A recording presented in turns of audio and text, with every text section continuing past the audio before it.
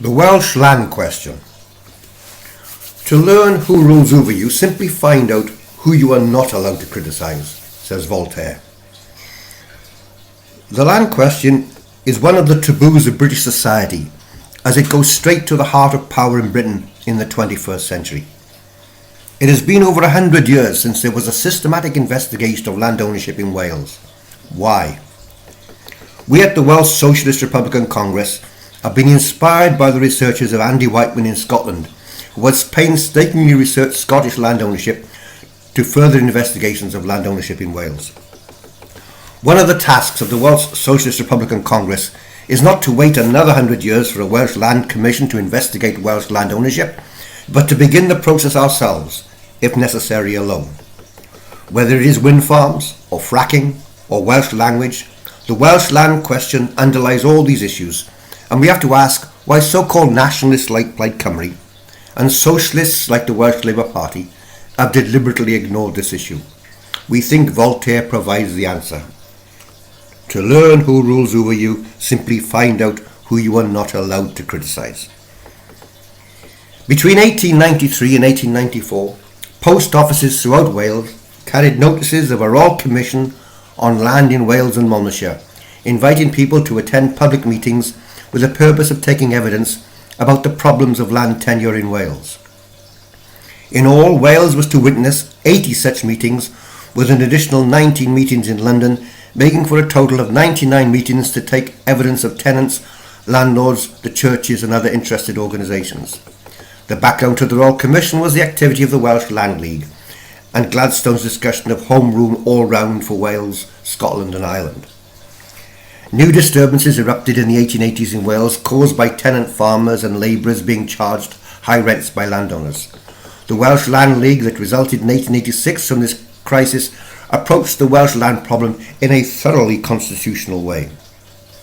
While the problem of land tenure was central to the Royal Commission, there was also the tithe question in Wales, where tenants were forced to pay tithes to the Anglican Church of Wales, even if they were nonconformists.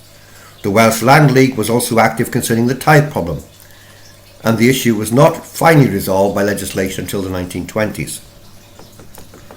Whereas land in Ireland was to see a series of land acts effectively turning 10,000 large estates into 400,000 Irish-owned farms, overturning the landlord-tenant relationship, the Royal Commission on Land in Wales and Monmouthshire concluded that the landlord-tenant relationship was the most appropriate for the Welsh. The Royal Commission report was a victory for the landlords, who were seen as benevolent, despite mountains of evidence to the contrary. There was to be no buying out of landlords like in Ireland, but the Commission concluded that if some Welsh tenants were already buying their land, then maybe assistance could be provided, however it was only retrospective and was not to be for future policy to be endorsed by the Commission. Historians have interpreted the differences in the final Royal Commission report between a majority report and a minority report as being the reason for the abandonment of a Welsh Land Act. While the minority report was full-blown landlordism, the majority report, while acknowledging problems with land agents, compensation for improvements, etc., was only a more watered-down version of landlordism that we would expect from Liberals rather than Tories. The fact that nothing happened and that the Welsh Land Act was dead by 1900 shows that the constitutional approach to these matters did not work. Lloyd George was consciously or unconsciously being absorbed by the interests of the British state. Despite his flirtation with the Boers and despite his rhetoric against landlords, he was well on his way to becoming a servant of the British state. Irish land was going to be returned to the Irish people, but Welsh land was not going to be returned to the Welsh people. One of the most deeply hidden secrets of the Victorian period was the massive expansion of royal land ownership, including Welsh land, enabled by an Act of 1862 which lifted restrictions on the monarch's ownership of land. Since the Glorious Revolution and the placing of William of Orange on the throne through to the reign of William IV, the monarchy was restricted by the rising bourgeoisie and landlords from owning more land, as this was seen as a source of royal social power, and the bourgeoisie and the landlords wanted a tame symbolic monarchy. Queen Victoria changed that. When she came to the throne, there were 40 lords owning more land than her, and she set about acquiring land by any means necessary to restore the social power and prestige of the monarchy. The Act of 1862 was an enabling mechanism for the monarchy to re-achieve real social power. A wide variety of ownership vehicles was set in motion in the years to follow to achieve an increase in royal power. We have the Crown Estate, the Duchy of Cornwall, the Duchy of Lancaster, and of course, multiplicity of offshore ownership vehicles. I have estimated that the royal lands from approximately 316,000 acres in Victorian times now approach 677,000 acres today.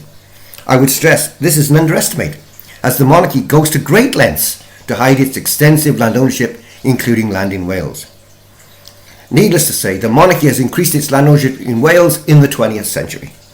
Leaving aside the English conquest of Wales in 1282, the Tudor robbery of Welsh lands, and one of the most invidious acts of expropriation of Welsh land, which occurred between 1795 and 1874, aided and abetted by Welsh landlords and gentry collaborators in the Tudor Taft tradition, the real English lick-spittles in Wales.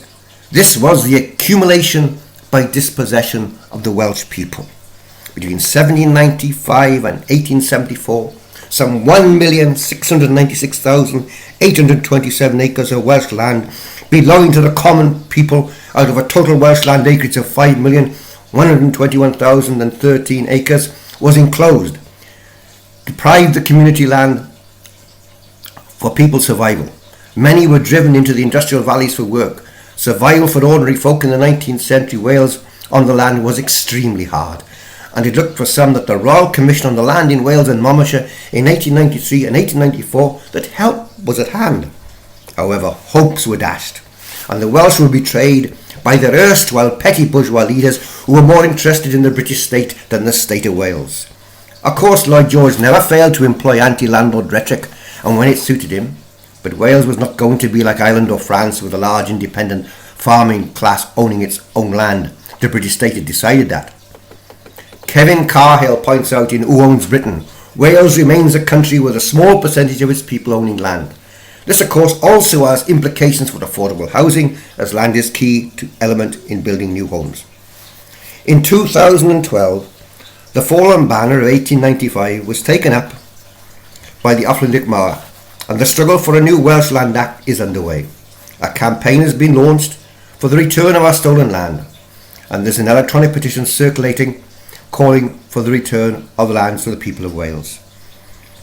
We are not calling for the redistribution of land to Welsh tenant farmers like in Ireland, but to the redistribution of Welsh land to the people, the recreation of Welsh common land that our fathers lost, like the 1 million acres between 1795 and 1874.